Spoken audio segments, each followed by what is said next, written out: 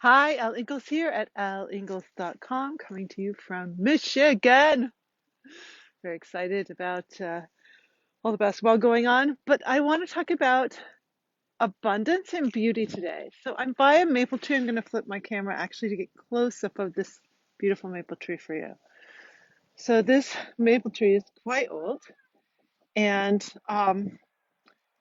and it is really in flower right now. So I didn't really notice until my youngest was probably about 4 years old.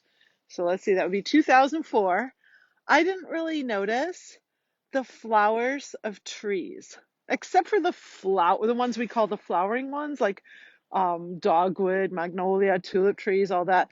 But I'm talking about maples, oaks, birch, they all have flowers. And I learned this in a children's book with my youngest son back in 2004. So in the spring, I try to take more note of all the flowers on the tree. So this is a very old, beautiful maple tree here.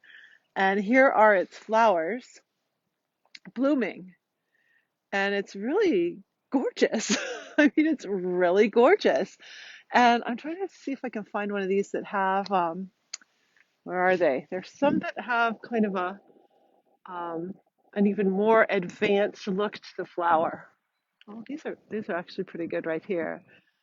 So I want to speak about beauty and abundance because when you can tune in to the beauty and abundance that's around you, it can start to change your mindset, especially if you spend a lot of time in scarcity mode.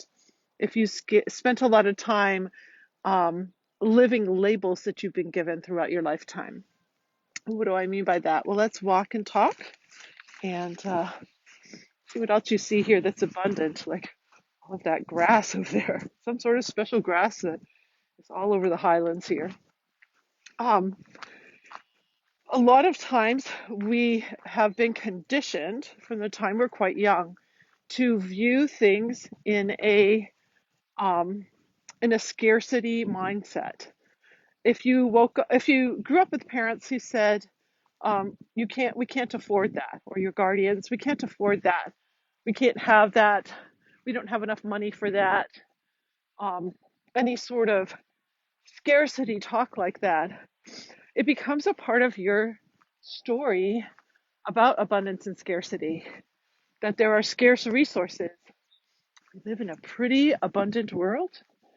I mean, I look at this field of grass here. It extends almost 360 degrees around me right now. That's a lot of seeds. That's a lot of growth.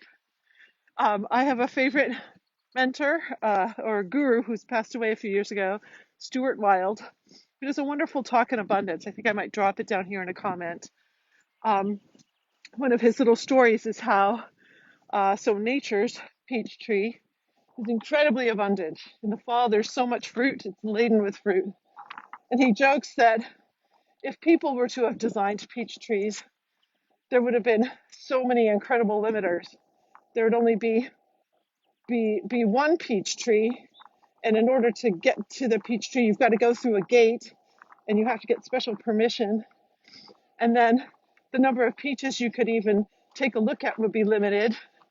By the end, you've got just a little bit of peach available to you with the pit. So that's scarcity mindset. And certainly throughout, there are time periods where people have just experienced a great scarcity. I think of my own grandparents who survived the Depression, raised raised their children during a depression, and they made most of their own food. They were very living pretty sub what might people might consider substandard, but they were growing their own food. They were doing what it took to survive during that very difficult time. And I don't think my grandparents would have ever used the word poor to describe themselves. So if you looked at them socioeconomically, you might say so. But they felt very abundant. There was abundance around them. There there was there was how should I put it? There was an opportunity. They sought out opportunities, and that's a different thinker. Hello. So those opportunity seeking, that's abundance mode. There's so many opportunities, but when you've triggered fight or flight, it's an instant scarcity mode situation usually, because in fight or flight, you're just trying to survive. You're in survival mode. So things that are normally looking to be abundant won't feel abundant to you. One of the tools that I share with my clients, I always like to give a little tool here, is to make some choices when you first wake up in the morning. We start our day with what's going through our mind first thing in the morning. And so can you tune into a little bit of beauty? Can you tune in to a little bit of abundance? If you wake up and you're afraid that you can't pay a bill, that's scarcity mode. You're waking up in fear. You'll trigger fight or flight, and that'll keep you locked in there. But if you wake up and look out your window and see something beautiful, that's going to inspire you to action. So you'll get out of bed. I have a friend who wakes up and says, happy to be alive. Happy to be alive. So we've got a lot of non-green grass, but this morning I'm looking and seeing we've got some green grass too. Things have to die off in order for the green to grow. In fact, ideally, a lawn should get to that point where it's kind of brown in the summer so that it can then move into its producing of seeds and going to the next level. So there's a cycle. A lot of us have trouble in the cycles that we're in, and we don't permit ourselves to see the abundance within each cycle, to see the abundance in winter, to see the abundance in fall when the leaves start falling. When the leaves start falling, like all these leaves right here, those leaves are full of nutrients. I learned this from Dr. Tooth at Aquinas College in the Sustainable Business Program when I took my son to his office to see if he wanted to go to school there.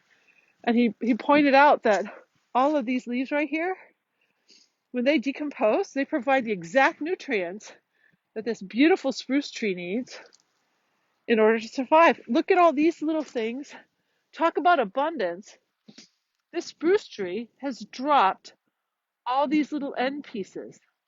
They naturally fall off. The whole ground is covered with them. They're going to decompose with exactly what this tree needs for nutrients. Same thing with those maple flowers I showed you earlier. They're going to fall off the tree, decompose, and provide the very nutrients that the tree needs. That's why it's not really a good idea to rake all the leaves away from trees. They need all these beautiful leaves. They need them. So I tune into nature to understand abundance. I tune in every day to nature from the moment I wake up, because that's where I see beauty. That's where I see abundance. That's where I see cycles. We live very cyclically. In fact, one of the reasons I like to do a 12-month program with clients, because our stressors are cyclical. The stressors we have in the winter are not the same ones we have in the spring or summer or fall. A lot of people have interesting little stressors at the end of what would be the typical school year and the beginning of the school year. Because when they were growing up, they were nervous about going back to school. And so it's like a habitual trigger that was built in. And it's interesting, even though they're not in school anymore, there can still be this little habitual trigger that happens for them. That's like sleuthing out some really deep triggers, which is something I love to do with my clients. So seasons are amazing to delve in and see, okay, what kinds of triggers am I experiencing now? Switch my, Sam is here. Hello, Sam. Sam, we're doing a little nature walk here. Um, so, most people look at this and say it's not very pretty, right? I look at all this and see so much abundance and beauty. And, it's a constant lesson for me. Every year I see something different. Oh, coming up to another cool maple tree here. A maple tree whose flowers are in a different state. Can you see all that? It's just beautiful to me. Just so beautiful to me. So noticing beauty On a rainy day, look and see how shiny everything is. Um, there's always something to note that shows abundance and beauty when you look deep enough at it. And just wanted to share that today as a little tip and watch what you do first thing in the morning. Make sure that you're not triggering stress response when you first wake up, because that will definitely set you into a stress cycle for the rest of your day. And that's kind of a time that most people are triggering the stress response. So have a wonderful, beautiful, pressure-free day. Go blue tomorrow. Bye.